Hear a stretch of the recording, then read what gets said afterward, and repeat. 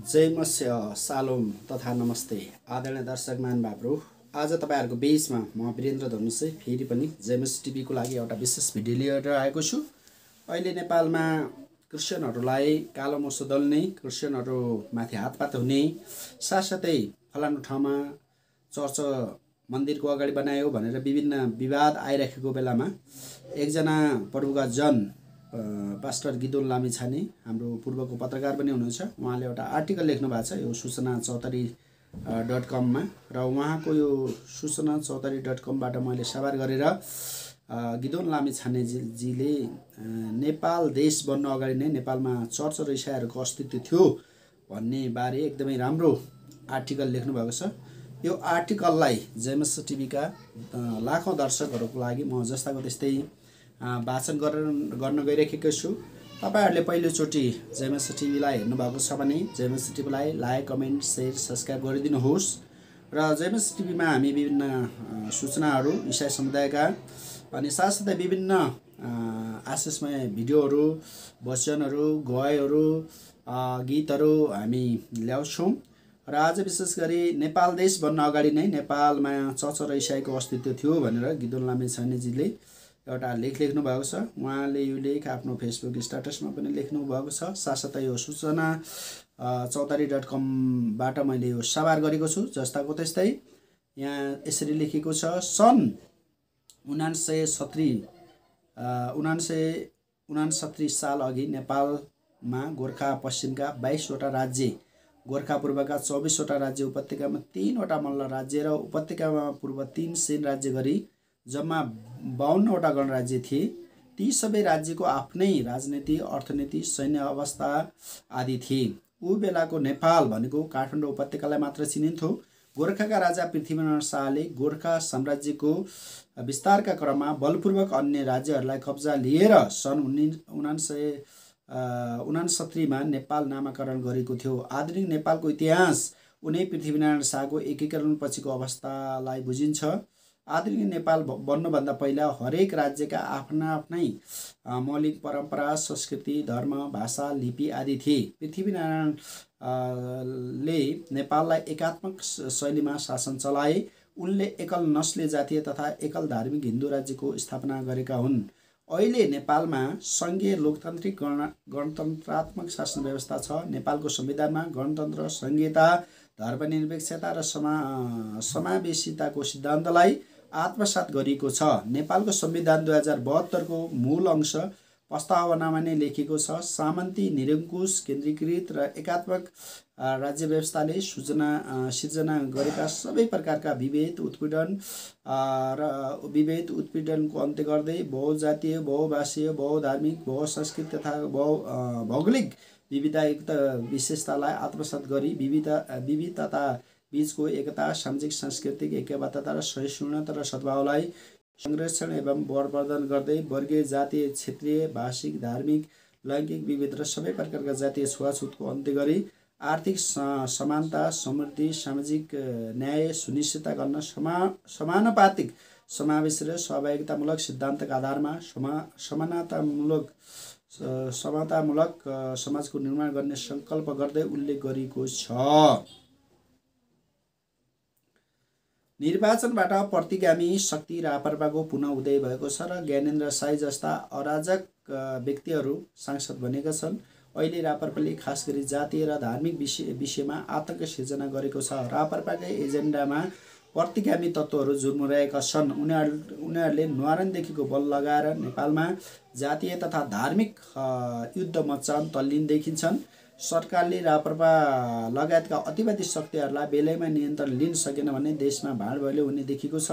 पछिल्ला घटनाहरूले देश गृहयुद्धको भुमरीमा फस्दैछ। रापरपाले बहुसंख्यक हिन्दूहरूको भावनात्मक उत्तेजनालाई दुरुपयोग गर्दै अल्पसंख्यक इसाई समुदायप्रति आक्रामक सुरु गरेको छ। जस अनुसार धरानमा मन्दिर नजिक चर्च बनाएको विषयलाई देशव्यापी बनाएको छ भने चर्च भत्काउने, इसाईहरूलाई दुर्व्यवहार गर्ने, धाकधम्की दिने र अपमानपूर्वक विभिन्न गालीगलौज गर्दै निकृष्ट हरकत गर्न थालिसकेको छ। तोडथोड गर्ने, चर्चमा चोरी डकैती गर्ने, बाटोमा हिँडिरहेका इसाईहरूलाई मोसो दल्ने, सामाजिक सञ्जाल तथा विभिन्न सञ्चार माध्यममा इसाई विरोधी भ्रामक लेख रचना प्रकाशन गर्ने र इसाईप्रति खैरो खन्ने काम भइरहेको छ र यो कदम सरासर गलत, निन्दनीय र धर्मनिरपेक्ष राज्यको खिलाफमा धार्मिक आतंक सिर्जना गरेका कारण रापरपाको राजनैतिक लाइनप्रति सरकार सजग हुनुपर्छ। यो व्यवस्था ल्याउन लागेका सबै क्रान्तिकारी तथा परिवर्तनकारी शक्तिहरू एकताबद्ध भएर मुकाबिला गर्नैपर्छ र काङ्ग्रेस सहमहामन्त्री महेन्द्र यादवमाथि जो इसाई होइन तर रापरपाका कार्यकर्ताले राजधानीमा त्यो पनि मिडिया हाउसबाट बाहिर निस्कँदै गर्दा खुकुरी प्रहार भयो। दण्डहीनता र अराजकताको प्रकाश हो। सरकार सचेत बन्नैपर्छ र आतङ्ककारी गतिविधि गर्ने रापरपालाई अब लगाम लगाउने बेला भइसकेको छ। कतिपय विद्वानहरूले पनि नेपालमा अहिले इसाई समुदायलाई विदेशी शत्रुका रूपमा घोषणा गर्दै इसाई मतलाई अस्वीकार गर्नुपर्ने धारणाहरू व्यक्त गरेको पाइन्छ र उनीहरूका अनुसार नेपालमा लोकतन्त्र आएपछि नेपालमा इसाईहरू भित्रिएका हुन् भन्ने बुझाइ पाइन्छ र यो सरासर गलत हो। अहिले भन्दा 400 वर्ष पहिलादेखि नै नेपालमा इसाईहरू रहेका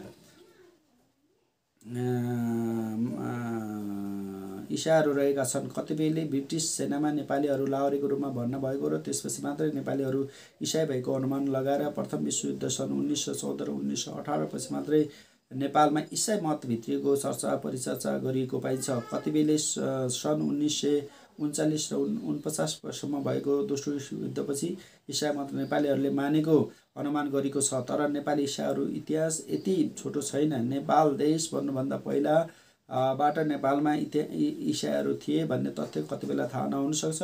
गोरखामा पृथ्वीनारायण शाह जन्मनुभन्दा करिब 100 वर्ष अघि नै नेपालमा इसाईहरू थिए। नेपालमा इसाई विश्वासको प्रचार सन् 1926बाट भएको हो। सन् 1928 मा तत्कालीन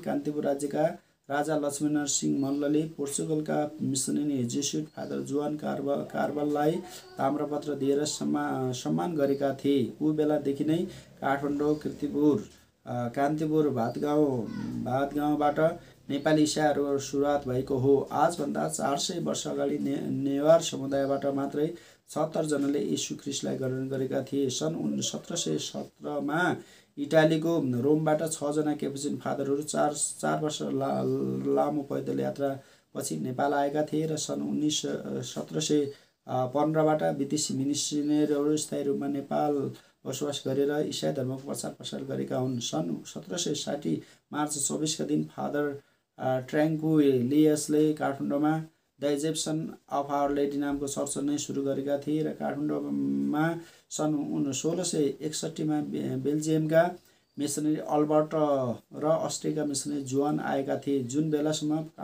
उपत्यकामा सयौँको सङ्ख्यामा नेपालीहरूले इसाई मतलाई ग्रहण गरेर इसाई बनिसकेका थिए र जुन समय आधुनिक नेपालका निर्माता तथा हिन्दू अभियन्ता पृथ्वीनारायण शाहले काठमाडौँमा पाइला टेकेका थिएनन्। गोर्खाली राजा पृथ्वीनारायण शाहले सन् 1769 मा काठमाडौँ उपत्यका कब्जा गरेपछि केपुचिन फादरसहित नेवार समुदायका 57 जना नेपाली इसाईलाई देश निकाला गरेका थिए र उनीहरू भारतको पटनास्थित बेतियामा पुगेर बसोबास गरे। तर स्मरण रहोस्, बाँकी रहेका 19 जना नेपाली इसाईहरू नेपालमा थिए। खुलेआम इसाई हुँ भनेर धर्म प्रचार गर्न नपाए पनि उनीहरूले भित्रभित्रै भुसको आगो झै येशू ख्रिस्टको सुसमाचार प्रचार गरेर कयौँलाई इसाई बनाइसकेका थिए र नेपालमा सबैभन्दा पहिला नेवारहरूले यसमा विश्वास गरेका थिए। सन् 1769 देखि 1950 सम्म झन्डै 180 वर्षसम्म नेपालमा इसाईहरूलाई राज्यको तर्फबाट प्रतिबन्ध लगाइयो। तर नेपाली भूमिमा जन्मेका उपत्यकाका आदिवासी नेवारहरूलाई आप्रवासी गोर्खालीहरूले खेदाएका हुन्। गोर्खाली राज्य सत्ताले इसाईहरूको खेदो गरेको हो र दमन गरेको हो, सताटमा पारेको हो। तर पनि उनीहरूले यो कुरा बुझ्न आवश्यक छ कि नेपाल देश बन्नु अघि नै नेपाली इसाईहरू थिए। हिन्दूहरूलाई राज्यको धर्म बनाउने अघि नै नेपालमा इसाईहरू थिए। पृथ्वीनारायण शाहले 7 जनवरी 1723 मा गोर्खामा भएको हो र त्यो भन्दा 97 वर्ष अघि नै नेपालमा इसाईहरू थिए।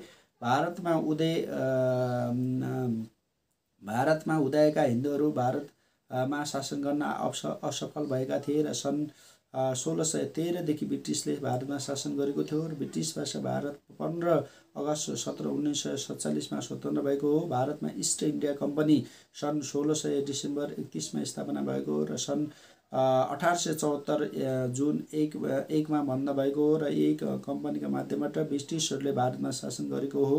भारतबाट भागेर 11 शताब्दीको अन्त्यतिर नेपालको पश्चिम क्षेत्र लमजुङ गोर्खा हुँदै नेपाल प्रवेश गरेका हिन्दूहरूले जयस्थिति मल्लको पालामा सन् 1335 तिर भक्तुब राज्यमा वेद मनुस्मृतिमा आधारित जात व्यवस्थाको स्थापना गरेका थिए र विक्रम सम्वत भारतीय उज्जैन राजाका ब्राह्मण राजा विक्रम आदित्यको नाममा स्थापना भएको हो। विक्रम सम्वत भारतमा भने लागू भएको छैन, तर नेपालमा विक्रम सम्वतको आधिकारिक प्रयोग राजा पृथ्वीवीर विक्रम शाहको पालामा सन् 1901 सालबाट अर्थात् विक्रम सम्वत 1998बाट भएको हो। त्यो भन्दा पहिला शक सम्वत, नेपाल सम्वत, एले सम्वत आदिको प्रयोग गरिन्थ्यो।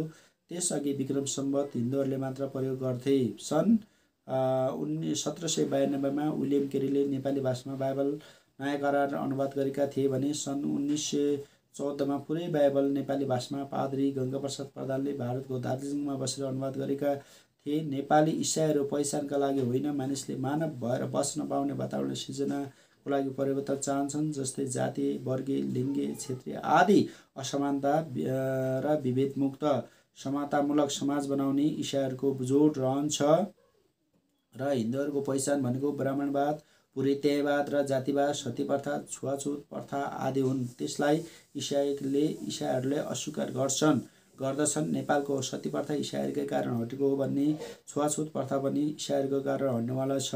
मानव उत्पत्तिलाई भूमिको माटो परमेश्वरले लिनुभयो, आफ्नै सुरुमा बनाउनु भयो र जीवनको श्वास नाकको पालबाट फुकिदिनु भयो, तर नर र नारी उहाँले नै बनाउनु भएको हो। त्यसैले इसाई विश्वासमा लैङ्गिक विभेद वा भेदभाव छैन।